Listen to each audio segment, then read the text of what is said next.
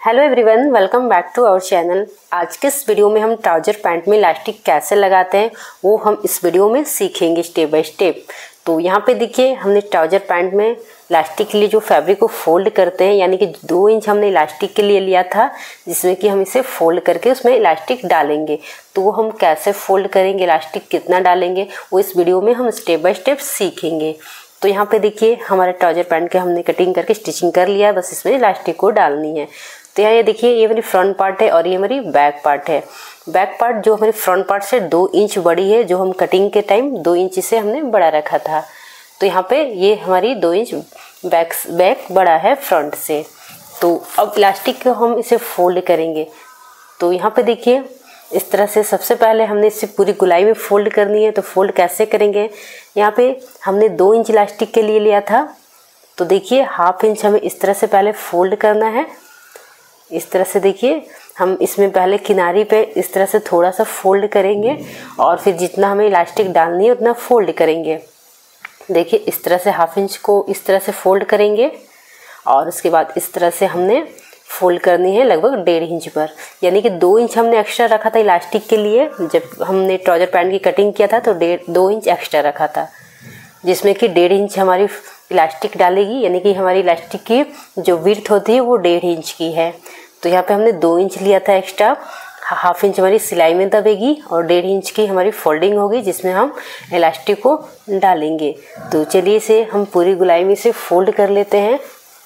तो यहाँ पे देखिए, हमने इस तरह से 1/2 इंच किनारी पे ऐसे फोल्ड करनी है और फिर इस तरह से 1.5 इंच पे हमें इसकी विड्थ को 1.5 इंच पे रखेंगे, क्योंकि हमारी इलास्टिक 1.5 इंच की है। आपके जितने भी इलास्टिक आप उतने अकॉर्डिंग आप इसे फोल्ड करेंगे।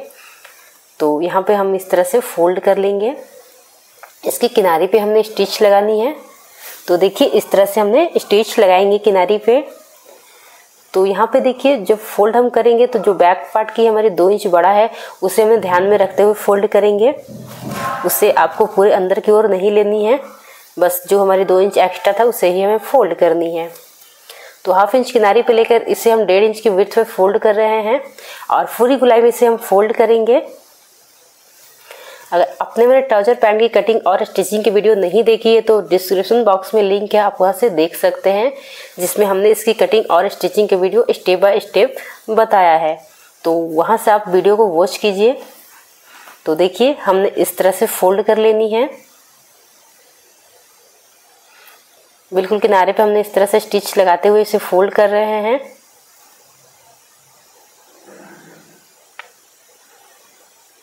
तो इस तरह से आप बहुत ही इजीली अपनी ट्राउजर पैंट में इलास्टिक को डाल सकेंगे। तो यहाँ पे बहुत ही कम टाइम में आप यहाँ पे इलास्टिक के लिए फोल्ड करके इलास्टिक को इसे रेडी कर सकते हैं अपने ट्राउजर पैंट में डालने के लिए। तो यहाँ पे देखिए, हमने इस तरह से फोल्ड कर लिया है।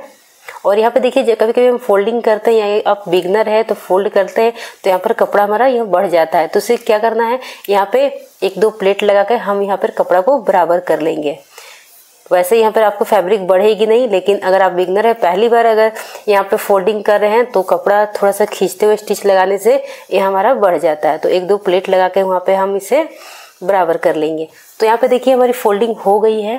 पूरी गोलाई में हमने इसे फोल्ड किया है इलास्टिक के लिए। और अब देखिए, यहाँ पे हमने थोड़ा सा जगह खुला रखा है। यहाँ पे हमने इलास्टिक के लिए, इलास्टिक को इसमें इंसर्ट करने के लिए थोड़ा सा खुला छोड़ दिया है। अब हम इलास्टिक यहाँ पर कैसे लेंगे, यानी कि कितना लेंगे, तो हम अपने कमर के अकॉर्डिंग लेते हैं। तो जो भी आपकी कमर की साइज है उसे 3 से 4 इंच माइनस कर लेनी है आपको इलास्टिक में। यानी कि मान लीजिए आपकी कमर 30 इंच है तो आपको 4 इंच माइनस करके 26 इंच लेनी है। तो यहाँ पे देखिए, हमने इस तरह से अपनी कमर की मार्किंग करनी है। तो इस तरह से हमने कमर की अपनी मार्किंग के अकॉर्डिंग लेनी है।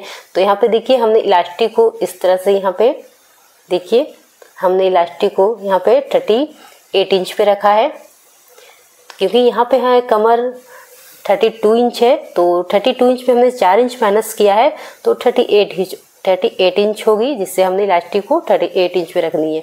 यानी कि जो भी आपकी कमर की साइज है उसे 3 से 4 इंच इलास्टिक को आपको कम लेनी है। अब यहाँ से पिन या क्लिप्स के हेल्प से हम इसमें इंसर्ट करेंगे। तो इस तरह से बहुत ही ईजिली आप इलास्टिक को डाल सकेंगे। तो यहाँ पे हमने इलास्टिक को डाल लेनी है।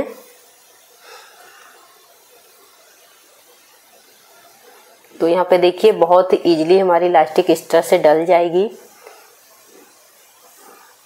तो देखिए हमने इलास्टिक को इस तरह से डाल लिया है। अब इस तरह से इलास्टिक को खींचते हुए हम इसे बराबर कर लेंगे और यहाँ पे देखिए इलास्टिक किनारे पे यानी कि दोनों ही किनारे को इस तरह से ओवरलैप करते हुए इसमें से 4 से 5 स्टिच लगा लेंगे। इलास्टिक को दोनों किनारे पे पकड़ते हुए यहाँ पे 3 से 4 स्टिच लगा के इसे मजबूत में स्टिच लगा लेंगे।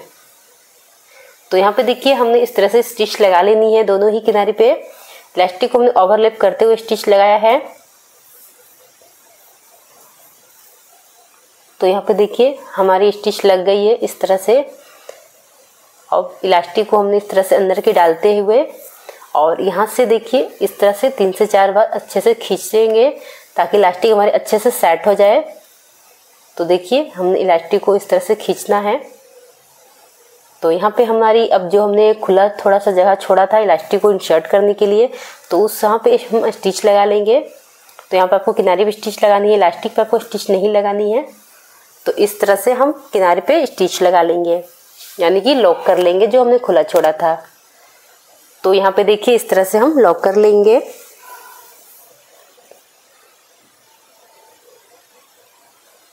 तो हमने यहाँ पे स्टिच लगा लिया है, धागा को कट करेंगे। तो अब देखिए हमारी इलास्टिक इसमें लग गई है। इसमें अच्छे से हमने खींचते हुए सेट कर लेते हैं। तो देखिए कितनी फिनिशिंग के साथ हमारी ये इलास्टिक लगी है। इस तरह से आप बहुत इजीली इलास्टिक को लगा सकेंगे।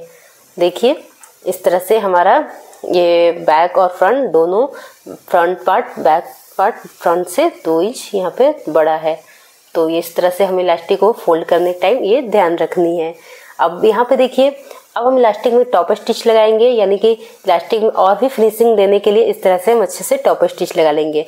और इस तरह से अगर आप टॉप स्टिच लगाएंगे तो आपकी इलास्टिक कभी भी उल्टेगी नहीं यानी कभी भी इधर उधर नहीं होगी, अच्छे से सेट हो जाएगी। तो टॉप स्टिच जब लगाएंगे हमने इस तरह से इलास्टिक को खींचते हुए इसमें स्टिच लगानी है। तो यहाँ पे देखिए जब हम इलास्टिक में स्टिच लगाएंगे तो रबड़ को यानी कि जो हमारी इलास्टिक है उसे हम खींचते हुए इसमें स्टिच लगाएंगे। तो इसमें टॉप स्टिच आपको खींचते हुए लगानी है।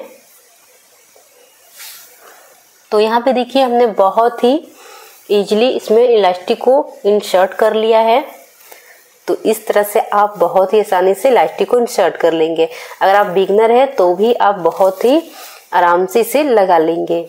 तो यहाँ पे देखिए हमने इसमें टॉप स्टिच लगा लिया है और देखिए कितनी फिनिशिंग के साथ हमारी इलास्टिक में टॉप स्टिच लग गई है।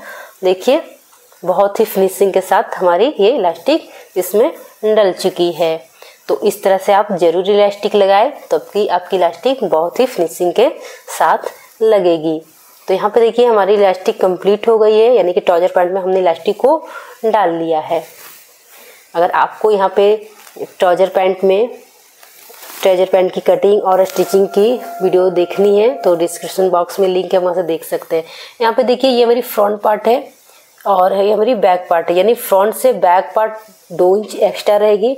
इसी से आपकी ट्राउजर की फिटिंग बहुत ही अच्छी आती है और कहीं से ट्राउजर पैंट आपको उठेगी भी नहीं, राशन में भी कोई खिंचाव नहीं आएगा। तो जब भी आप ट्राउजर पैंट की कटिंग करेंगे फ्रंट से बैक को 2 इंच एक्स्ट्रा रखेंगे जो हमने आपको कटिंग के टाइम में बताया है। तो बिल्कुल वैसे ही आप इसकी कटिंग करेंगे तो आपकी ट्राउजर पैंट बहुत ही परफेक्ट बनेगी।